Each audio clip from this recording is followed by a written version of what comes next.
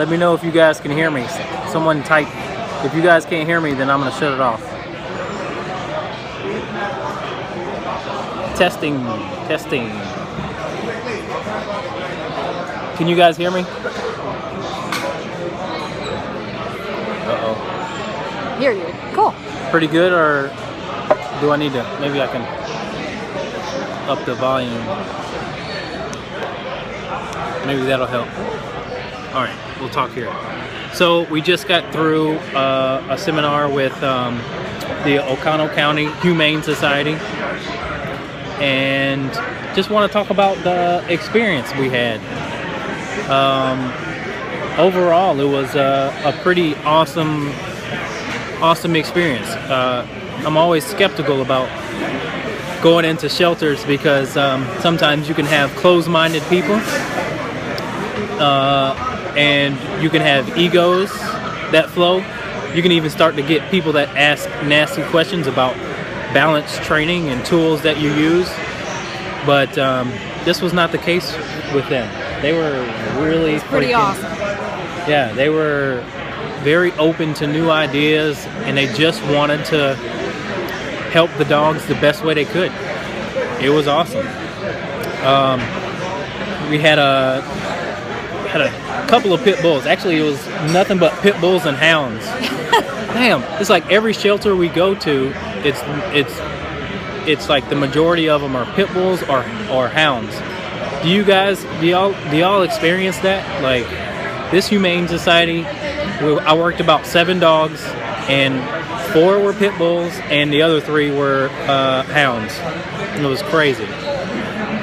And they were all had the same kind of issue: jumping, barking, just not, just crazy neurotic behavior. And so we did sort of the same thing with every dog. I just taught the sit and taught the heel with every dog. There was a hound that was obsessed with cats or whatever, so we brought out a cat, and he did pretty well. He wanted to bark at first, but we got him to be really calm around the cat. It's not really a bark. It's like a howl. Yeah. It was kind of cool.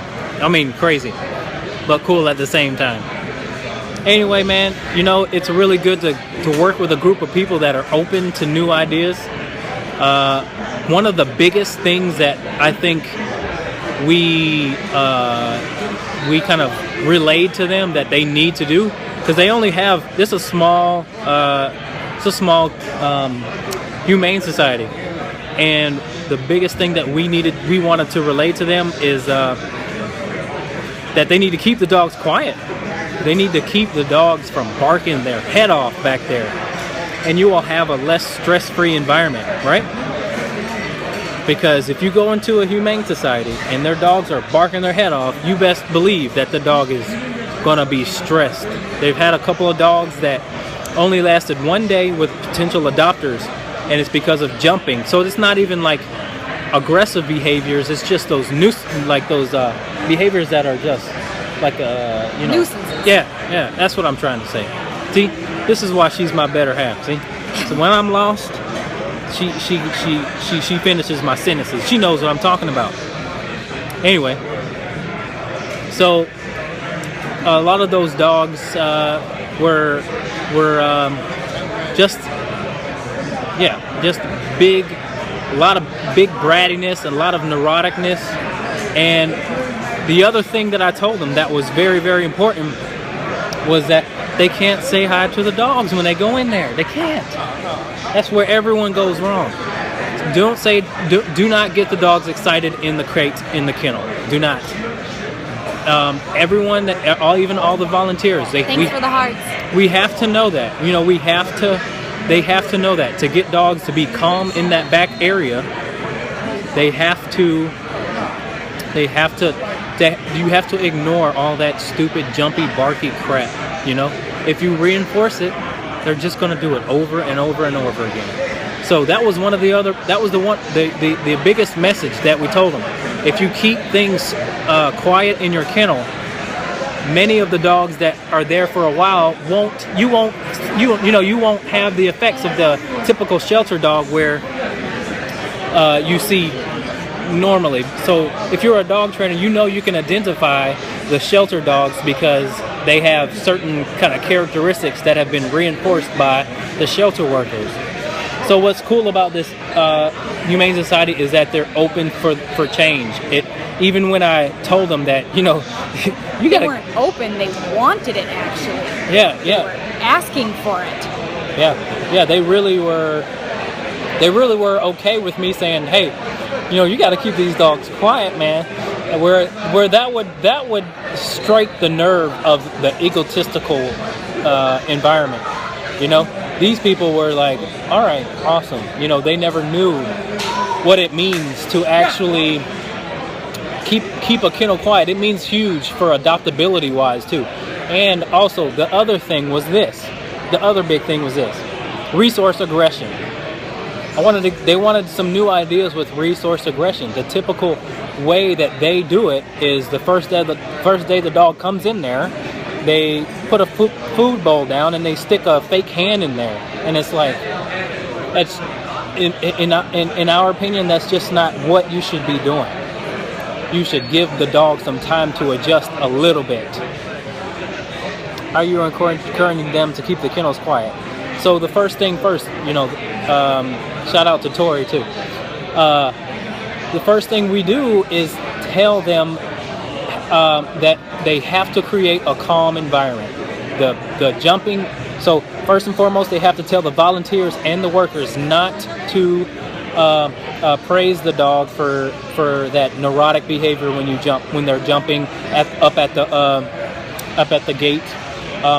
They no longer can give them a treat.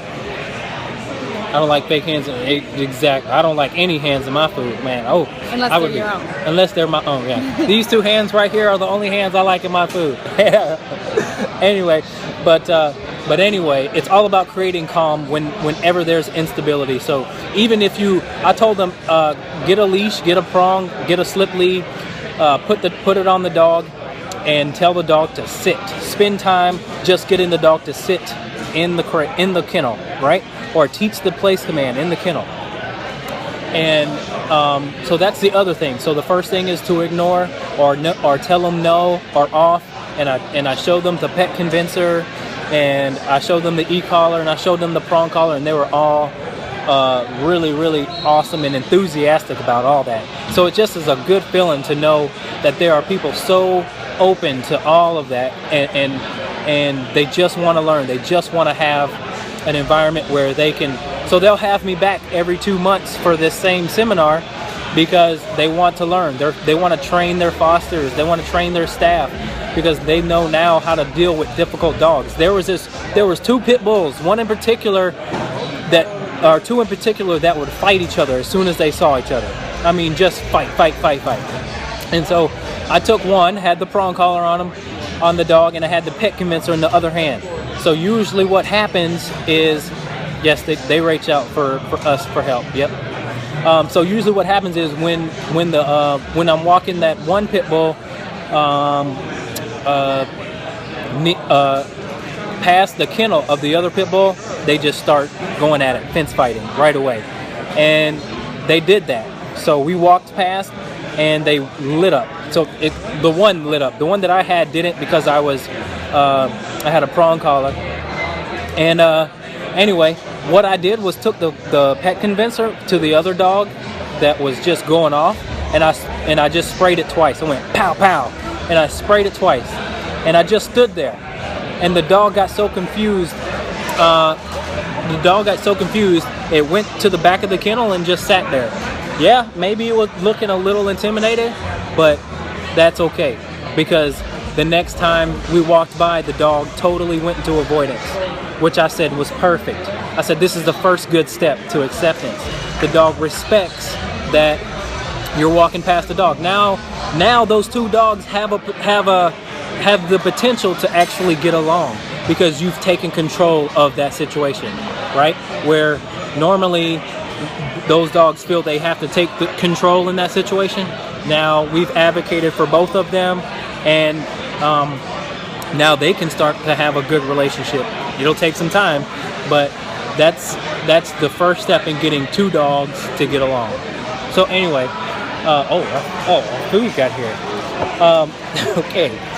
Anyway, guys, thank you. I just wanted to share with y'all our experience with that. It was good. It was good to find a good group of people that were so willing and open to change, and open to new ideas. You know, it's a good feeling, and you want to continue to work with those people because they will advocate your name and your business through and through, and you will continue to grow your network. How long was the workshop? 10 to 2. That's it. 10 to 2. We had a break at 12, and it was just 10 to 2. And I only charge $100 for rescues and humane societies.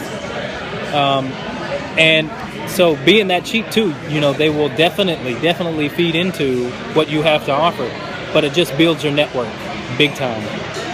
So yeah, I encourage y'all, if y'all are trainers out there, I encourage y'all to present that even to a couple of rescues, you know, because it's all about educating the volunteers, the fosters, and the staff to build a better dog community, a more knowledgeable dog community, despite the propaganda, the positive only propaganda bullcrap. It's a fight that we all are in, and the best way I think to fight it is to continue to educate.